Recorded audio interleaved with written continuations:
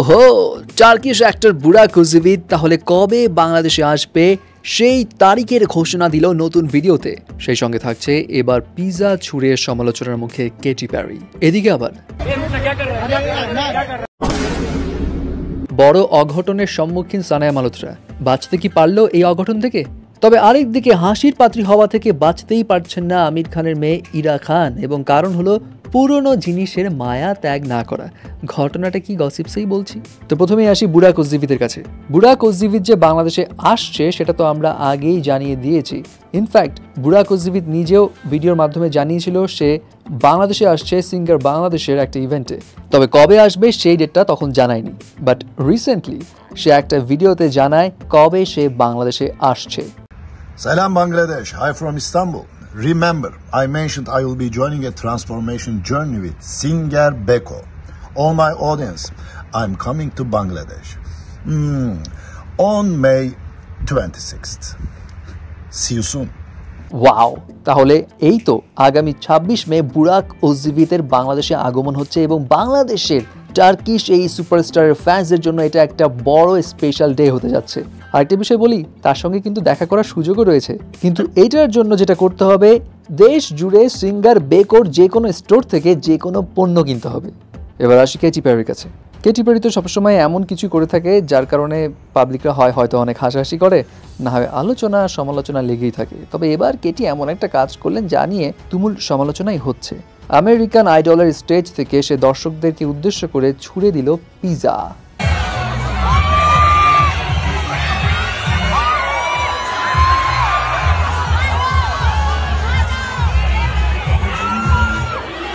কেটির এই কাণ্ডে খেপেছে কেটির ফ্যান্সরাও।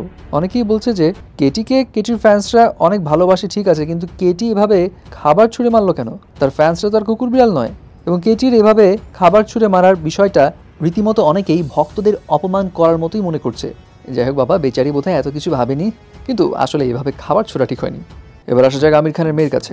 আমির খানের মেয়ে ইরা খান বেচারি ক্যামেরার সামনে আসলেই মানুষজন একটা বিষয় নিয়ে হাসাহাসি করবেই। কি বিষয় সেটা বলছি।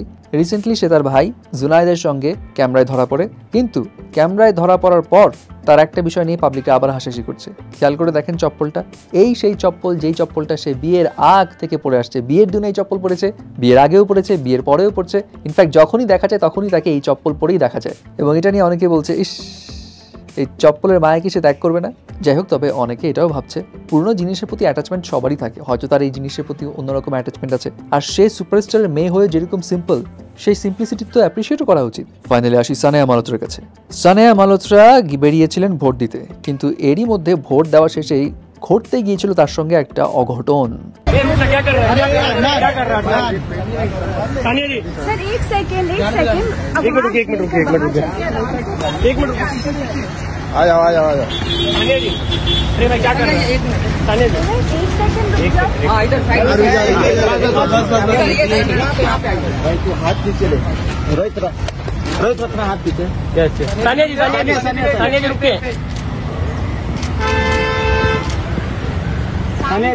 थैंक यू सानिया जी।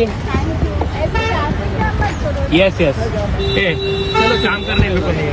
বাপরে বাপ, প্যাপারাজি তো একদম দেখছি সানায়ার মুখ ভোতা করে দিত। আরেকটু হলেই তো বড় রকমের অঘটন ঘটে যেত। যাই হোক, এই ভিডিও দেখে অনেকেই বলছে সানায়ার রিফ্লেক্স তো ভালো আছে, সেই সঙ্গে তার ধৈর্য শক্তিও ভালো, কারণ এইটার পরও যে সে চিল্লাপাল্লা করেনি, বরং যে ধরে প্যাপারাজিদেরকে হ্যান্ডেল করেছেন, এটাও অনেক বড় বিষয়।